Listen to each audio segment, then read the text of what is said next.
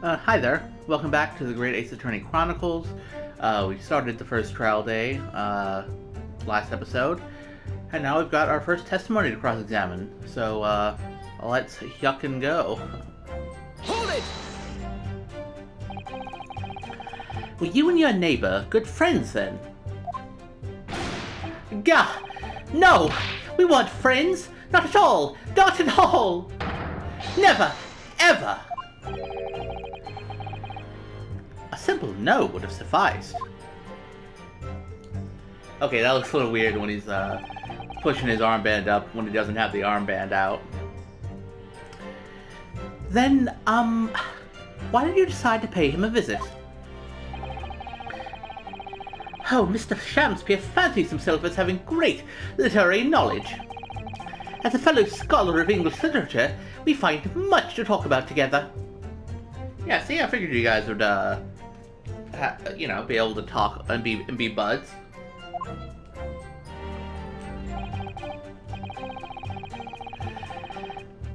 Come now. No Nipponese could understand the finer points of English literature. Okay, that's a little fucking rude, man. Like, I know I'm kind of used to you being a racist guy, but like, that's just mean-spirited and bad. Like, come on.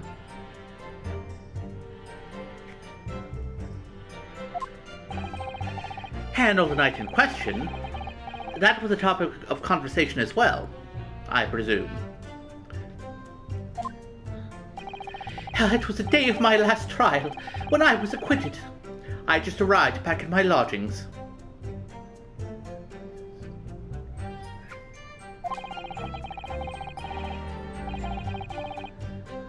When I ran into Mr. Shamspeare outside on the street.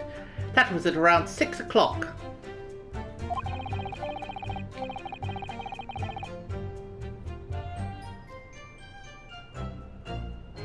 We exchanged one or two pleasantries, but it soon turned into a heated discussion. He was on his way out at the time, though. So I promised to visit his room that evening at 9 to continue our debate. But did I have ill intentions? No! Not one! Not two! Not any! Not at all! I believe you, man. Never! Ever!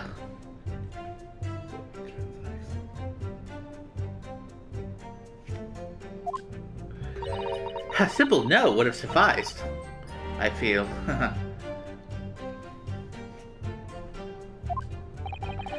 Then tell the court what did happen when you visited the victim's room. We had a heated literary debate over a nice hot drink, after which I went back to my room at around 11. Damn, so you spent like 2 hours, debating? Hold it!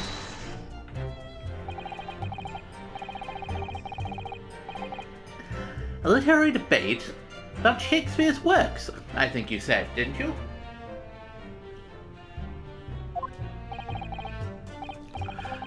Shakespeare. A very worthy topic of conversation, I must say. Oh, yes, my lord. Romeo and Juliet. Who's stronger? It was a profoundly pleasurable parley. Well, at least had a good time. Romeo and Juliet. Who was stronger? I know I'm going to regret asking this, but, how did the debate go? Well, we both agreed that we would reach a conclusion more quickly with a reenactment. So we battled it out, in a Greco-Roman style, naturally. Excuse me, what the fuck? And having a Greco-Roman wrestling match over fucking who was stronger. Mr. Shamspeare had all sorts of costumes in his room for just such a contest.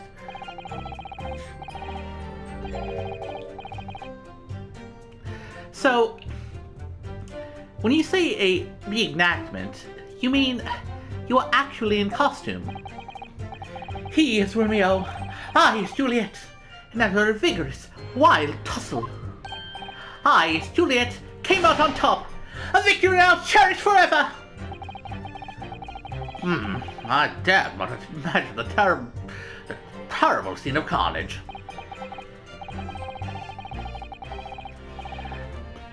The fact remains that it was you who prepared the tea and took it to the victim.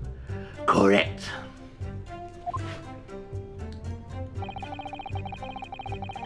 I boiled the water in my room and made a pot to take with me. I heard that he was too poor to have tea himself, you know. You see? Isn't that considerate? Oh, it's true. There was no sign of any tea leaves in the men's room.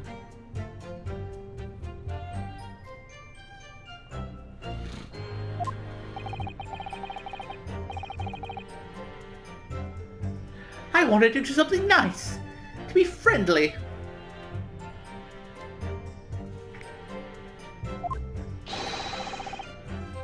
So why is everyone looking at me with such suspicion? My tea was harmless! Of course it was! We have any basis for that statement, witness?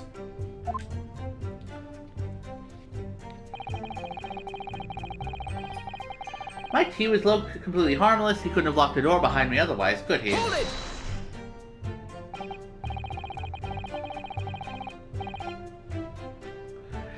Yes, there was not a drop of tea left in the victim's room anywhere, was there? That's correct. Anyone would think the fella had never had a pot of tea before. He must have licked it dry. Yeah, must have been some good-ass tea. Which is a pity, because one drop is all we would have needed to analyze it for poison. And you say that you returned home to your room at 11 o'clock, Mr. Natsume? Yes, definitely! By heaven and earth, I swear it! The landlord was able to verify that, as it happens. He confirmed that the defendant went back to his room at 11 that night. But how was the landlord able to attest to this? He, said it was a lamp, I believe. But lamps, Inspector? When tenants return to their rooms and start using the gas, the lamps in other parts of the house flicker. Indeed, I do remember that. Yes, Mr. Garadev seems to pay a lot of attention to the comings and goings of his tenants. There's only one key to Mr. Shamspeare's room. I know that for certain. So he must have locked the door himself, from inside his room. The victim has confirmed that to be the case, yes. So I'm right! My tea was harmless! Completely harmless! If you take poison, you die! Everyone knows that! I mean, it is generally what happens. It's not that simple, I'm afraid. I mean, Shamspeare himself didn't die, so... What do you mean? Strychnine takes some time to have an effect on the body. People don't kill over immediately after taking it. Hold it! How long does it take for symptoms to appear, then? According to the coroner I was speaking to at the yard, about 30 minutes after the poison's consumed. And then the victim suffers violent convulsions, cramping and stiffness, and eventually dies from asphyxiation.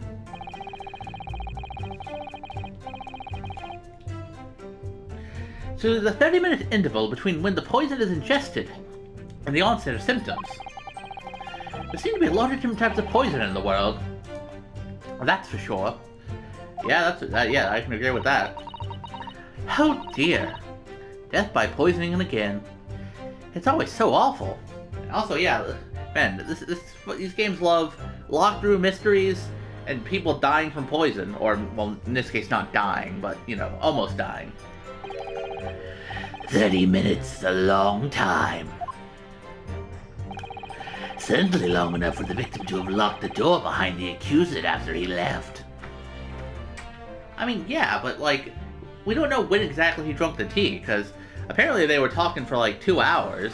So, you know, like, unless he drank the tea, like, at the end of his, you know, at the end of their little debate, then, I mean, I don't know, I feel like you can't confirm that, you know?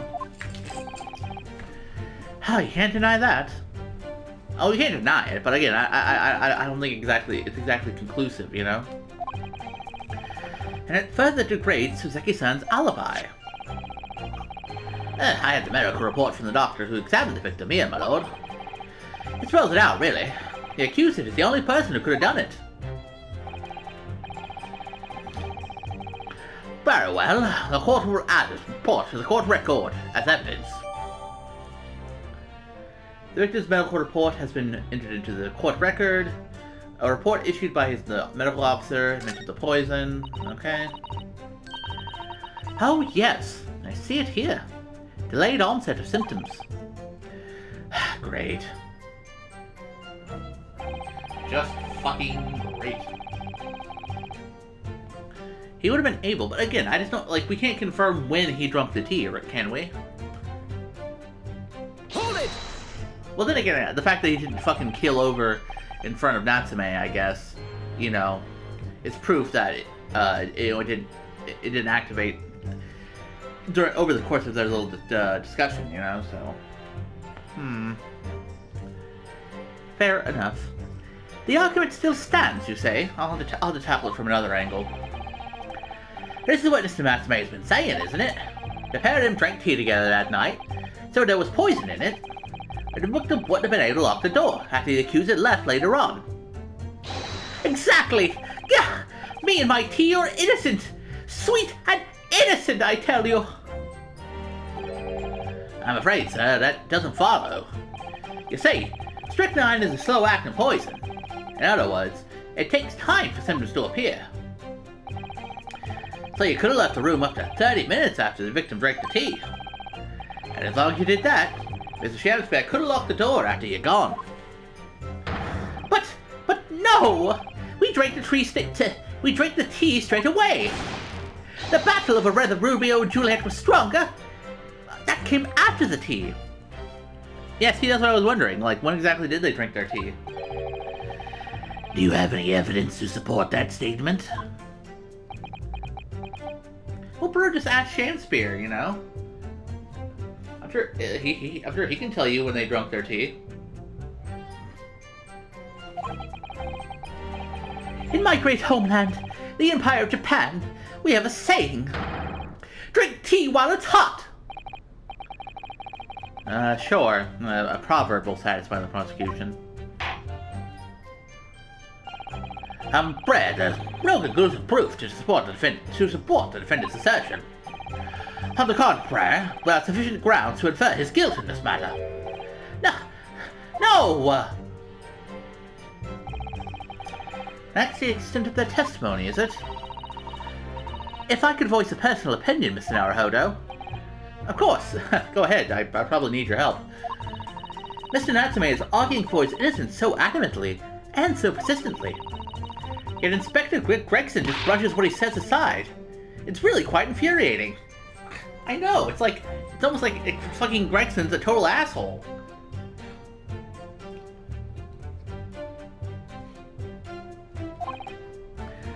I agree. So we need to find an inconsistency in what the inspector is saying, I think. I'm afraid so. As things stand, the jurors are sure to find Mr. Natsume guilty. As I see it, what we need to focus on is the poison and the tea. Yeah, we need to spill the tea, sis. Let's listen carefully to this testimony again. Yeah, let's fucking do it.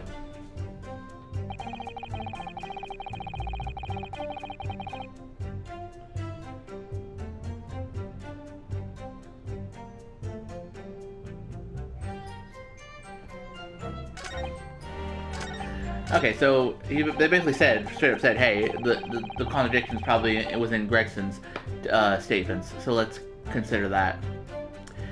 Let's look at the medical report. It's not an autopsy report quite yet. Let's see. William Shamspeare, age 31, cause of coma. He ingested a small quantity of strychnine. Toxic effects presence 30 minutes after ingestion. High likelihood of the substance having been mixed with the tea the victim was drinking, but no sample could be obtained for testing.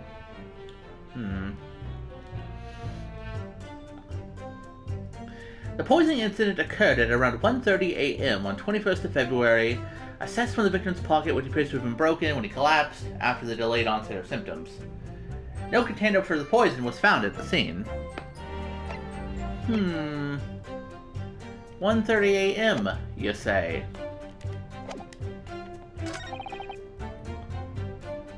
I feel like there's a fucking contradiction right there. If you don't mind my saying, I can sniff a contradiction out, and that smells like a contradiction to me, pal. Because according to Natsume, Shamspeare left, he left at around 11. But if the poisoning incident happened at 1:30 a.m., then well, seems a bit fucky-wucky, if you know what I mean. Objection! Just throwing it out there. The argument still stands, you say? I think not, Inspector. Come again? I think you'll find that you've overlooked a very significant chronological inconsistency here. A chrono what? What are you on about?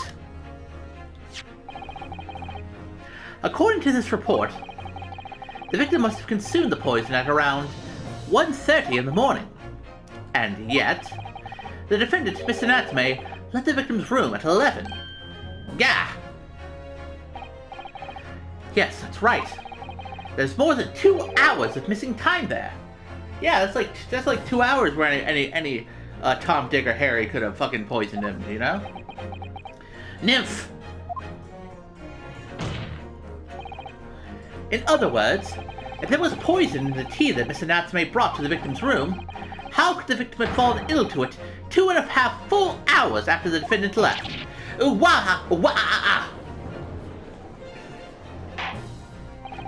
forgot, why were you freaking out, Natsume? It's not like I was pointing out your contradictions. Brevins' argument is entirely reasonable.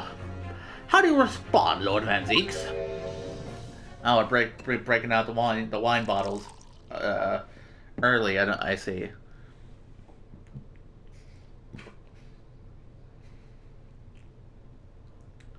Bro, how are you gonna argue against time itself?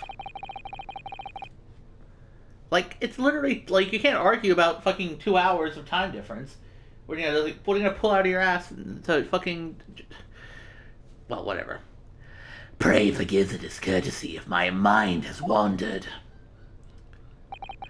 I was considering what cuisine would best complement the contents of my hallowed chalice this luncheon. Okay, I don't see how that's relevant to anything I was saying, or what the judge was saying. Unless you're getting at that, you know, you find my argument not worth thinking about, which I could see that being the case, considering how lowly you think of me. You're a real jerk, Van Zykes. A real jerk.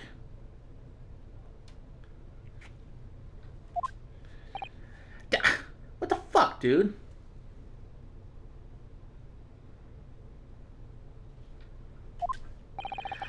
How could it have happened, you ask? You didn't even drink out of that wine bottle. You just wine glass and just threw it away. I do hate to shatter illusions, but my Nipponese friend appears to be chasing a phantom idea. A phantom? That's the opera. Is it so hard to imagine that the victim drank his tea after the accuser had left? Bro, who the fuck wants to drink cold tea? I mean, you British people are all well, okay, I know iced tea is a thing, but you British people are all about your fucking hot tea. You were gonna say that he let his tea get cold, you know, 2 hours later and decide to drink it at 1:30 in the morning? Who the fuck, yeah, or 1 o'clock, I guess? Who just drinks tea in the fucking middle of the night? Van Zeeks. For example, at the time stated in the medical report. Yes, at around 1:30. Mr. Natsume bought the tea with him to drink together with his neighbor. And in Japan, there is a well-known saying, Drink tea while it's hot. Objection! And in my country, there is an even more apt saying. There is nothing more refreshing than cold tea. What? Okay, again, I know iced tea is a thing, but that's like an American thing. I thought fucking British people were all about the hot tea.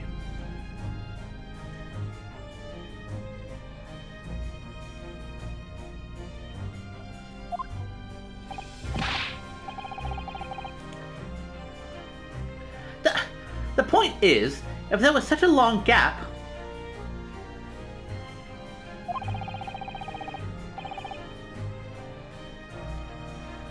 there may be other ways to explain how the victim came to be poisoned.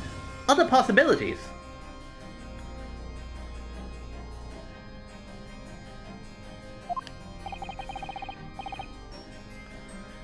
Bah, what sort of possibilities, Counsel?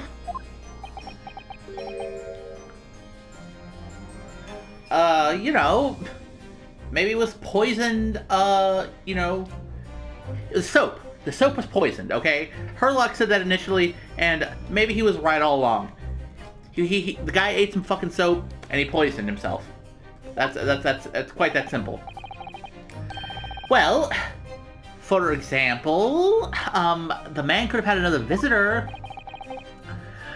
Another visitor? That's a very bold assertion, my learned friend. From someone who has nothing to substantiate it. Or, the victim could have taken the poison of his own volition. This might have been a suicide, Counsel. Objection!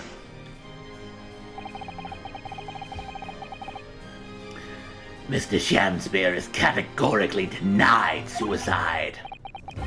The idea can and must be discounted. Oh no, the baby slabs. But he could be lying. I mean, he could. You don't know him. You don't know his life. Okay, you fucking say something, Van Zeeks, you fuck. Well, something wrong, Lord Van Dyke. I was listening to the sound of the carriage pulling up outside the courtroom. Pray forgive the discourtesy. Carriage? What carriage?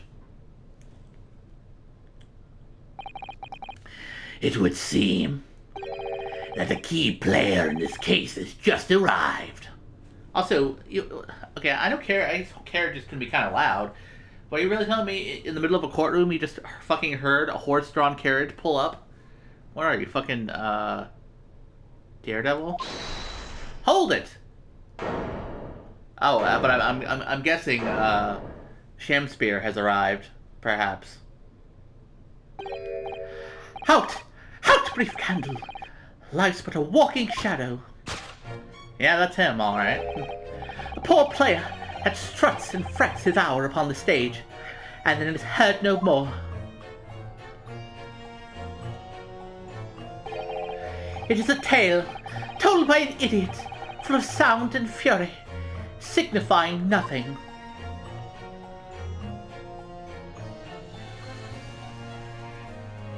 Well, hey, at least he knows how to make an entrance. Who, sir, are you? William Shamspeare, my lord. Alas, 'twas I, undone by these bitter events. I am the victim. What? What's he doing here?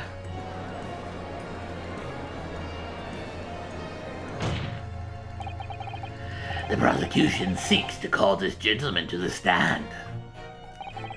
With his testimony, my learned friend's futile resistance will be utterly crushed. You're calling him as a witness? Very well, counsel. I grant your request with interest. I'm curious to discover what the court shall hear from the victim himself.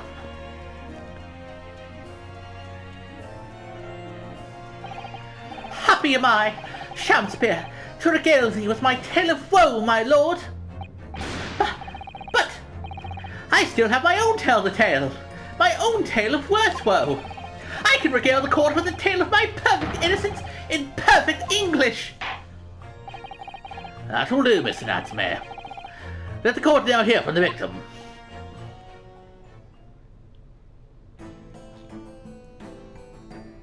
Oh, hey, it's you as well.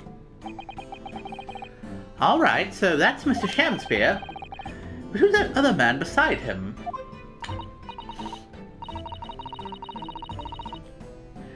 Ah, yes, I think. I feel sure that we caught a glimpse of that man before.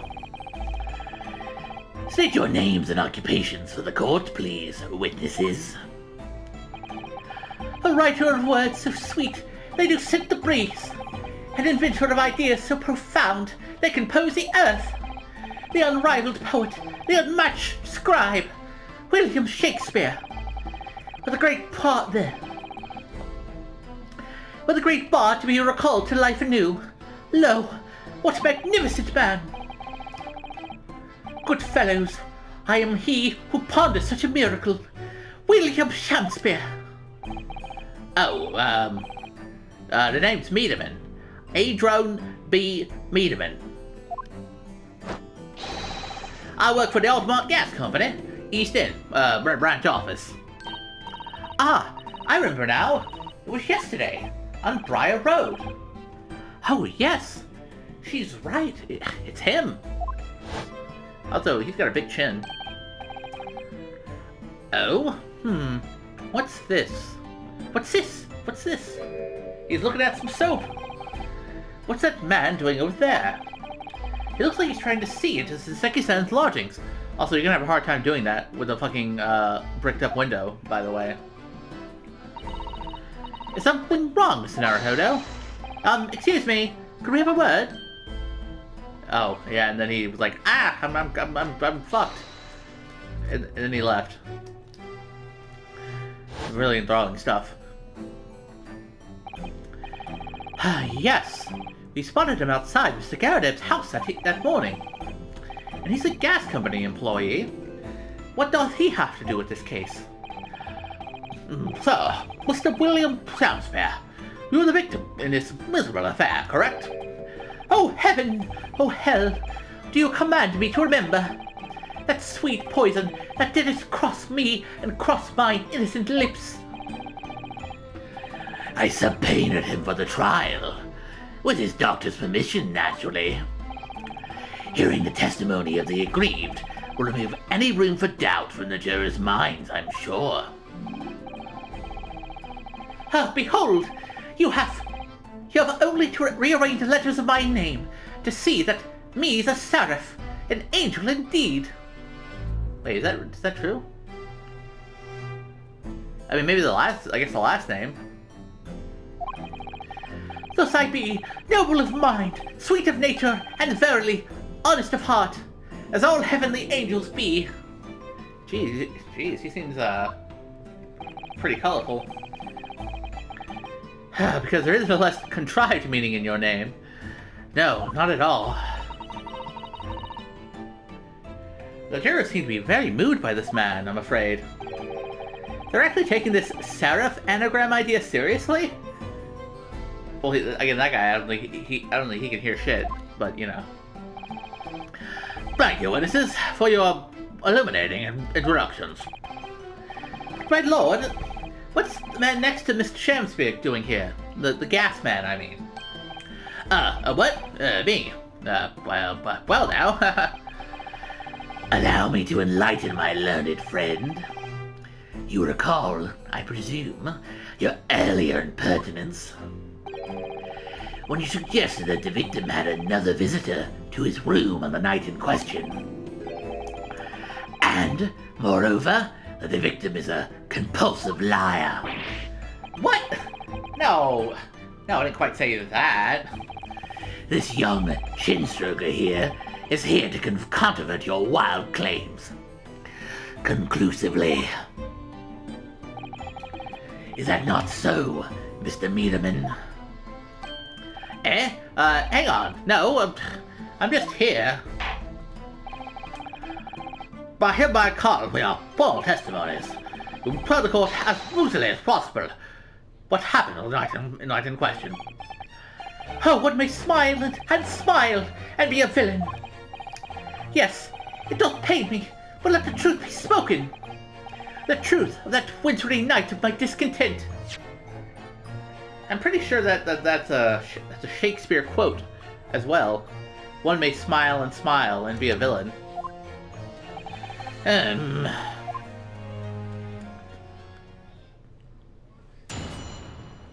Well, either way, it's good to hear from the horse's mouth. Tell me about the wintry night of my discontent. The snow lay about. My neighbour did cometh in the evening, bearing a gift of tea. Ah, but marry, bitter was his drink. And when he left, I did fall prostrate on my table. 'Twas the tea alone did pass my lips at late hour, naught else. I was outside this bloke's window, it's freezing cold all night, keeping an eye on his room. No one else visited his room but that short little round-backed Easton fella. Well, maybe if you were there watching him the whole time, who's to say you didn't visit his room, Mr. Meterman? Wait, what did you say? You were keeping an eye on Mr. Shamspeare's room all night? That's right. Of course.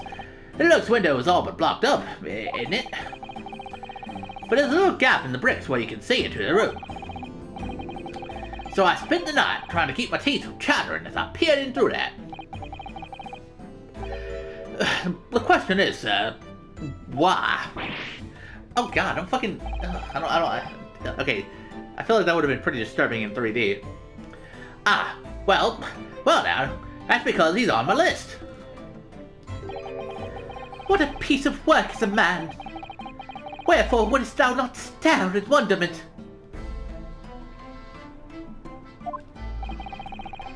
What are you talking about? This buzzing busybody hath no part in this play. I pray thee, pay him no heed. Make no more ado about his tedious words. What do you say about me? Calm yourself. This court is concerned with what happened on the night in question. Nothing more. Indeed, what is so?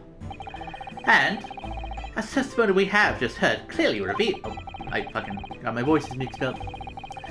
There was no one other than the accused present at the time who could have carried out this crime.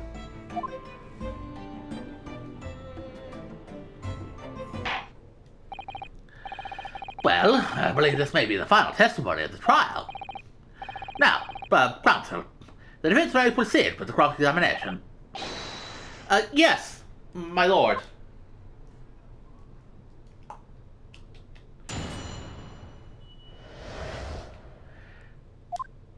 Well, okie dokie. That didn't exactly make us look like good, cool and good, but hey, I'm sure we can work with it. But we will have to do that on the next episode. I gotta say, I feel like I'm gonna be a fan of this fella.